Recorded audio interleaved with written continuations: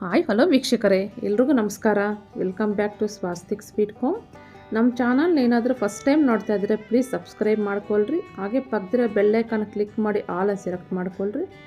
ಇವತ್ತಿನ ರೆಸಿಪಿ ಬಂದು ಬೇಸನ್ ಲಾಡು ಹೇಗೆ ಮಾಡೋದು ಅಂತ ನಾನು ಈ ವಿಡಿಯೋ ತಿಳಿಸ್ಕೊಡ್ತೀನಿ. ಒಂದೊಂದು ಸಲ ಬೇಸನ್ ಲಾಡು ಮಾಡಿದ್ರೆ ತುಂಬ ಮೆತ್ತಗಾಗೋಗುತ್ತೆ, ಇಲ್ಲಾಂದರೆ ತುಂಬ ಗಟ್ಟಿಯಾಗಿ ಹೋಗ್ತಾ ಇರುತ್ತೆ. ಪರ್ಫೆಕ್ಟಾಗಿ ಅಳತೆ ಪ್ರಕಾರ ಬೇಸನ್ ಲಾಡು ನಾನು ಹೇಗೆ ಮಾಡ್ತೀನೋ ಅಂತ ನೀವು ನೋಡಿ. ನಾನು ಹೇಗೆ ಮಾಡ್ತೀನಿ ಅದೇ ಥರ ನೀವು ಮಾಡಿದ್ರೆ ಸೂಪರಾಗಿರೋ ಬೇಸನ್ ಲಾಡು ರೆಡಿ ಆಗುತ್ತೆ. ಇವಾಗ ಹೇಗೆ ಮಾಡೋದು ಅಂತ ತಿಳಿಸ್ಕೊಡ್ತೀನಿ ಬನ್ನಿ. ಫಸ್ಟು ಕಡಲೆ ಹಿಟ್ಟು ಜಲಡಿ ಮಾಡ್ಕೋಬೇಕು. ಸ್ವಲ್ಪ ಜಾಸ್ತಿನೇ ಜಲಡಿ ಮಾಡಿಟ್ಕೊಳ್ಳೋಣ, ಮತ್ತು ನಮ್ಗೆ ಎಷ್ಟು ಬೇಕೋ ಅಷ್ಟು ಉಪಯೋಗಿಸ್ಕೊಳ್ಳೋಣ. ಜಲಡಿ ಮಾಡಿದ್ದಾಯಿತು. ಈಗ ಒಂದು ಗ್ಲಾಸ್ ತಗೊಳ್ರಿ. ನಿಮ್ಗೆ ಯಾವುದಾದ್ರೂ ಪರವಾಗಿಲ್ಲ, ದೊಡ್ಡದಾದ್ರೂ ಚಿಕ್ಕದಾದರೂ ಗ್ಲಾಸ್ ಒಂದು ಗ್ಲಾಸ್ ತಗೊಳ್ರಿ.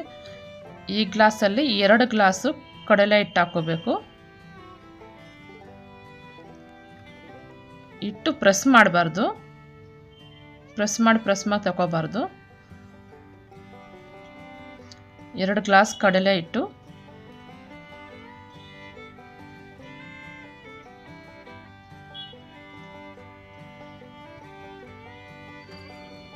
ಈಗ ಸೇಮ್ ಗ್ಲಾಸಲ್ಲೇ 1.5 ಗ್ಲಾಸು ಶುಗರ್ ಪೌಡ್ರ್ ತಗೋಬೇಕು. ಶುಗರ್ ತಗೊಳಕ್ಕೆ ಹೋಗ್ಬೇಡ್ರಿ, ಶುಗರ್ ಪೌಡ್ರ್ ತಗೋಬೇಕು. ನುಣ್ಣಗೆ ಪುಡಿ ಮಾಡಿಟ್ಟಿರುವ ಶುಗರ್ ಪೌಡ್ರು 1.5 ಗ್ಲಾಸು. ನೀವು ಸ್ವೀಟ್ ಏನಾದರೂ ಜಾಸ್ತಿ ತಿಂತೀವಂದರೆ 2 ಸ್ಪೂನ್ ಎಕ್ಸ್ಟ್ರಾ ಹಾಕ್ಕೊಳ್ರಿ. ಇಲ್ಲ ನಾವು ಮೀಡಿಯಮ್ ಸ್ವೀಟ್ ಸಾಕು ಅಂದರೆ 1.5 ಗ್ಲಾಸ್ ಸಾಕು.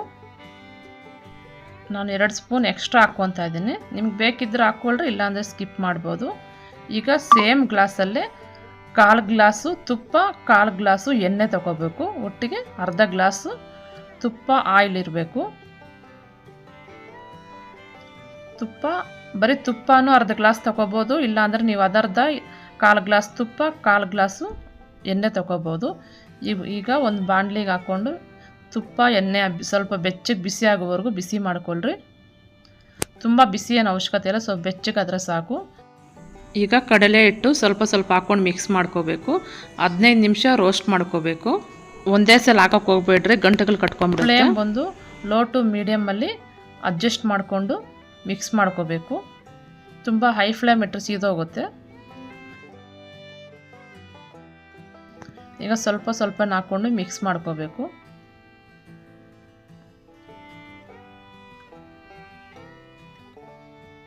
ಫಸ್ಟು ನಾವು ಹಾಕಿದ ತಕ್ಷಣ ಗಟ್ಟಿ ಅನಿಸುತ್ತೆ, ಮಿಕ್ಸ್ ಮಾಡ್ತಾ ಸಾಫ್ಟ್ ಆಗುತ್ತೆ. ನಿಮಗೇನಾದರೂ ತುಂಬ ಗಟ್ಟಿ ಅನ್ನಿಸ್ತಾ ಇದ್ದರೆ 2 ಸ್ಪೂನ್ ತುಪ್ಪ ಹಾಕ್ಕೋಬೋದು. ನೋಡಿ, ನಾನು 1/2 ಗ್ಲಾಸ್ ತಗೊಂಡು 1/2 ಗ್ಲಾಸ್ಗೆ ಕರೆಕ್ಟಾಗಿ ಸೊರೋಯ್ತು. ಲೋ ಟು ಮೀಡಿಯಮ್ ಫ್ಲೇಮಲ್ಲಿ ಅಡ್ಜಸ್ಟ್ ಮಾಡಿಕೊಂಡು 15 ನಿಮಿಷ ಮಿಕ್ಸ್ ಮಾಡ್ತಾನೇ ಇರಬೇಕು. ಕೈ ಬಿಡಕ್ಕೆ ಹೋಗ್ಬೇಡ್ರಿ, ಸೀದೋಗುತ್ತೆ. ಮಿಕ್ಸ್ ಮಾಡ್ತಾನೆ ಇರಬೇಕು. ನಮಗೆ ಸ್ಮೆಲ್ ಬರ್ತಾ ಇರುತ್ತೆ, ಗಮ್ ಅಂತ ಮಸಿ ಸ್ಮೆಲ್ ಹೋಗಿ ಗಮ್ ಅಂತ ಸ್ಮೆಲ್ ಬರ್ತಾ ಇರುತ್ತೆ. ಸ್ಮೆಲ್ ಬರೋವರೆಗೂ ಮಿಕ್ಸ್ ಮಾಡ್ಕೊತಾನೆ ಇರ್ರಿ. ನಿಮಗೆ ಸ್ಮೆಲ್ ಗೊತ್ತಾಗ್ತಾ ಇಲ್ಲ ಅಂದರೆ ಸ್ವಲ್ಪ ಕೈಯಲ್ಲಿ ನೀರು ತಗೊಂಡು ಲೈಟಾಗಿ ನೀರು ಹಿಂಗೆ ಹಾಕಿದ ತಕ್ಷಣ ನೊರೆ ಥರ ಬರುತ್ತೆ. ನೋಡಿ, ಕಾಣಿಸ್ತಾ ಇದೆಲ್ಲ. ನೀರು ಹಂಗಂತ ಜಾಸ್ತಿ ಹಾಕೊಳ್ಳೋಕೆ ಹೋಗ್ಬಿಡ್ರಿ, ಚಿಕ್ಕದಾಗಿ ಸ್ವಲ್ಪ ಹಾಕಿದ ತಕ್ಷಣ ನಮ್ಗೆ ನೊರೆ ಬರುತ್ತೆ. ನೋಡಿ, ಈ ಥರ ಬರಬೇಕು. ಈಗ ರೆಡಿ ಆಗಿದೆ. ಇನ್ನೂ ಆಗಿಲ್ಲ ಅಂದರೆ ಈ ಥರ ನೊರೆ ಬರಲ್ಲ, ವೈಟ್ ಆಗಿ ನೊರೆ ಬರಲ್ಲ, ನೀಟಾಗಿ ಹಂಗೆ ಕುತ್ಕೊಂಡ್ಬಿಡುತ್ತೆ ನೀರು. ಈಗ ರೆಡಿ ಆಗಿದೆ. ಒಂದು 2 ನಿಮಿಷ ಮಿಕ್ಸ್ ಮಾಡ್ಕೊಳ್ರಿ ನೀಟಾಗಿ.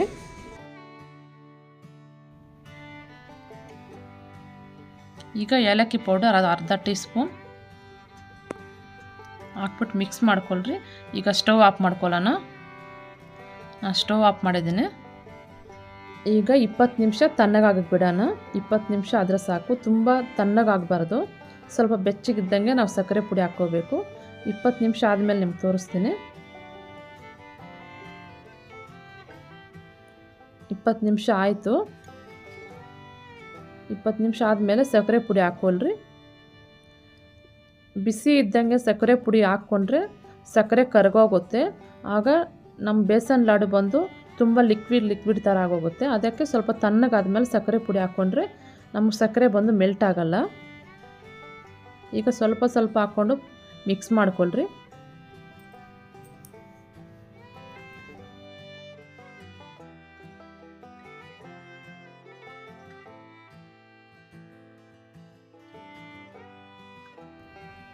ಸಕ್ಕರೆ ಪುಡಿ ಎಲ್ಲ ಹಾಕ್ಕೊಂಬಿಡ್ರಿ.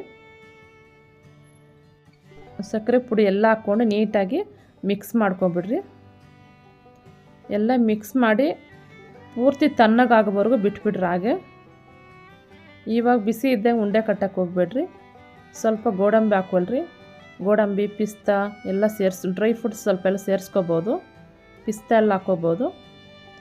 ಎಲ್ಲ ಮಿಕ್ಸ್ ಮಾಡಿ ಪೂರ್ತಿ ತಣ್ಣಗಾಗೋಕ್ಕೆ ಬಿಡಬೇಕು. ತಣ್ಣಗಾದ್ಮೇಲೆ ಉಂಡೆ ಕಟ್ಕೊಳ್ಳೋಣ. ನೋಡಿ ಇವಾಗ ತಣ್ಣಗಾಗಿದೆ. ಈಗ ಒಂದು ಸಲ ಕೈಯಲ್ಲಿ ನೀಟಾಗಿ ಮಿಕ್ಸ್ ಮಾಡ್ಕೊಂಬಿಡ್ರಿ. ನಿಮಗೇನೋ ತಣ್ಣಗಾದ್ಮೇಲೂ ಲಿಕ್ವಿಡ್ ಥರ ಆಗೋಗಿದೆ, ತುಂಬ ಮೆತ್ತಗಾಗಿದೆ ಅಂದರೆ 1-2 ಸ್ಪೂನ್ ಕಡಲೆ ಹಿಟ್ಟು ಸ್ವಲ್ಪ ಚೆನ್ನಾಗಿ ಬಿಸಿ ಮಾಡಿಬಿಟ್ಟು ಮಿಕ್ಸ್ ಮಾಡ್ಕೋಬೋದು. ಇಲ್ಲ ಗಟ್ಟಿಯಾಗಿ ಹೋಗಿದ್ರೆ 1-2 ನಿಮಿಷ ಸ್ಟವ್ ಮೇಲೆ ಇಟ್ಟು ಬೆಚ್ಚಗೆ ಬಿಸಿ ಮಾಡಿ ಉಂಡೆ ಕಟ್ಕೋಬೋದು. ಈಗ ನಿಮ್ಗೆ ಯಾವ ಸೈಜ್ ಬೇಕೋ ಆ ಸೈಜಲ್ಲಿ ಉಂಡೆ ಕಟ್ಕೊಳ್ರಿ. ಗಟ್ಟಿ ಆದರೆ ಸ್ವಲ್ಪ ಬಿಸಿ ಮಾಡ್ಕೊಳ್ರಿ. ಅದೇ ಮೆತ್ತಗಾದರೆ ಕಡಲೆ ಹಿಟ್ಟು ಬಿಸಿ ಮಾಡಿಬಿಟ್ಟು ಪೌಡ್ರ್ ಮಿಕ್ಸ್ ಮಾಡ್ಕೊಳ್ರಿ. ಅವಾಗ ಕರೆಕ್ಟಾಗಿ ಬರುತ್ತೆ.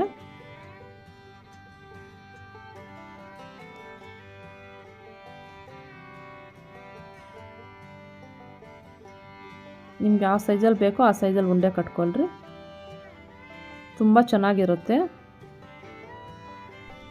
ಈಗ ವರಮಹಾಲಕ್ಷ್ಮಿ ಹಬ್ಬ ಬರ್ತಾ ಇದೆ ಅಲ್ಲ, ದೇವಿಗೆ 5 ಥರ ಸ್ವೀಟ್ ಮಾಡ್ತಾರೆ ಕೆಲವರು. ಹಾಗೆ ಈ ಥರ ಬೇಸನ್ ಲಾಡು ನೈವೇದ್ಯ ಥರನೂ ಮಾಡ್ಬೋದು. ಈಗ ಎಲ್ಲ ಉಂಡೆ ಕಟ್ಟಿದ್ದಾಯಿತು. ಈಗ ಸಣ್ಣಗೆ ಕಟ್ ಮಾಡಿರೋ ಪಿಸ್ತಾ ಸ್ವಲ್ಪ ಡೆಕೋರೇಷನ್ ಮಾಡ್ಕೊತಾ ಇದ್ದೀನಿ. ನೀವು ಬೇಕಿದ್ದರೆ ನಾವು ಗೋಡಂಬಿ ಹಾಕ್ತೀವಲ್ಲ ಅದ್ರ ಜೊತೆಲಿ ಪಿಸ್ತಾ ಪೀಸ್ಗಳು ಹಾಕ್ಬಿಟ್ಟು ಉಂಡೆ ಕಟ್ಕೋಬೋದು.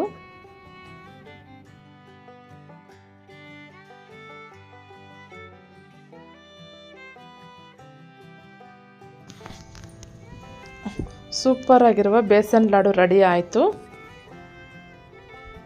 ತುಂಬ ಚೆನ್ನಾಗಿ ಬಂದಿದೆ. ನೀವು ಟ್ರೈ ಮಾಡಿ ಹೇಗೆ ಬಂತು ಅಂತ ಕಮೆಂಟ್ ಬಾಕ್ಸಲ್ಲಿ ಕಮೆಂಟ್ ಮಾಡಿ. ನಿಮಗೆ ಈ ವಿಡಿಯೋ ಇಷ್ಟ ಆಗಿದ್ರೆ ಪ್ಲೀಸ್ ಒಂದು ಲೈಕ್ ಮಾಡಿ, ಹಾಗೆ ಶೇರ್ ಮಾಡಿ. ನೀವು ಬೇಸನ್ ಲಾಡು ಮನೇಲಿ ಮಾಡಿ ಹೇಗೆ ಬಂತು ಅಂತ ನಾನು ಕಮೆಂಟ್ ಬಾಕ್ಸಲ್ಲಿ ತಿಳಿಸೋದು ಮರಿಬೇಡಿ. ನಮ್ಮ ಮನೇಲಿ ನಮ್ಮ ಮಕ್ಕಳಿಗೆ ತುಂಬ ಇಷ್ಟ ಬೇಸನ್ ಲಾಡು, ತುಂಬ ಇಷ್ಟಪಟ್ಟು ತಿಂತಾರೆ. ನಾನು ಮನೆಯಲ್ಲೇ ಮಾಡ್ತೀನಿ ಬೇಸನ್ ಲಾಡು. ಈಗ ಒಂದು ಪೀಸ್ ಮಾಡಿ ತೋರಿಸ್ತೀನಿ ನೋಡಿ. ತುಂಬ ಗಟ್ಟಿನಿರಲ್ಲ, ತುಂಬ ಸಾಫ್ಟ್ ಇರಲ್ಲ ನೋಡಿ, ಈ ಥರ ಇರುತ್ತೆ. ತುಂಬ ಚೆನ್ನಾಗಿ ಬಂದಿದೆ. ತಿಂತಾ ಇದ್ರೆ ಹಾಗೆ ಬಾಯಲ್ಲಿ ಮೆಲ್ಟ್ ಆಗೋಗ್ತಾ ಇದೆ, ಅಷ್ಟು ಚೆನ್ನಾಗಿ ಬಂದಿದೆ. ನಮ್ಮ ಚಾನಲ್ ಏನಾದರೂ ನೀವು ಫಸ್ಟ್ ಟೈಮ್ ನೋಡ್ತಾ ಇದ್ದರೆ ಪ್ಲೀಸ್ ಸಬ್ಸ್ಕ್ರೈಬ್ ಮಾಡ್ಕೊಳ್ರಿ. ಹಾಗೆ ಪಕ್ಕದ ಬೆಲ್ ಐಕಾನ್ ಕ್ಲಿಕ್ ಮಾಡಿ ಆಲ್ ಅಂತ ಸೆಲೆಕ್ಟ್ ಮಾಡ್ಕೊಳ್ರಿ. ಈಗ ಮರಿಬೇಡ್ರಿ ಒಂದು ಲೈಕ್ ಮಾಡಿ. ಮುಂದಿನ ವಿಡಿಯೋದಲ್ಲಿ ಸಿಗೋಣ. ಎಲ್ಲರಿಗೂ ಬಾಯ್ ಬಾಯ್.